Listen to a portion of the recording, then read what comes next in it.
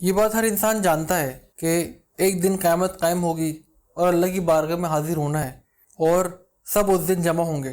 لیکن سوال یہ ہے کہ حشر کس جگہ قائم ہوگا؟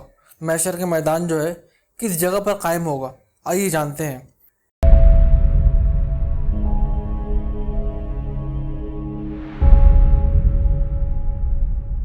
سیدنا معاویہ بن حیدر رضی اللہ تعالیٰ عنہ کا بیان ہے کہ حضور صلی اللہ علیہ وسلم نے اپنے دست مبارک سے ملک شام کی طرف اشارہ کر کے فرمایا تمہارا حشر وہاں ہوگا، مطلب میدان محشر اس طرف قائم ہوگا.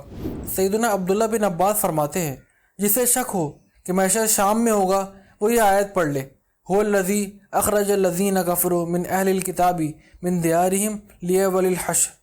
سورہ حشر آیت نمبر 2. ترجمہ: وہی ہے جس نے ان کافر کتابیوں کو ان کے گھروں سے نکالا اور ان کے پہلے حشر کے لیے. ان کتابیوں سے اس دن رسول اللہ صلی اللہ علیہ وسلم نے ارشاد فرمایا تھا نکل جاؤ.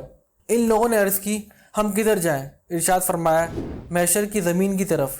سیدنا سمرہ بن جندب بیان کرتے ہیں کہ رحمت عالم صلی اللہ علیہ وسلم نے فرمایا بلا شبہ تمہارا حشر بیت المقدس میں ہوگا، پھر قیامت کے دن تمہیں جمع کیا جائے گا.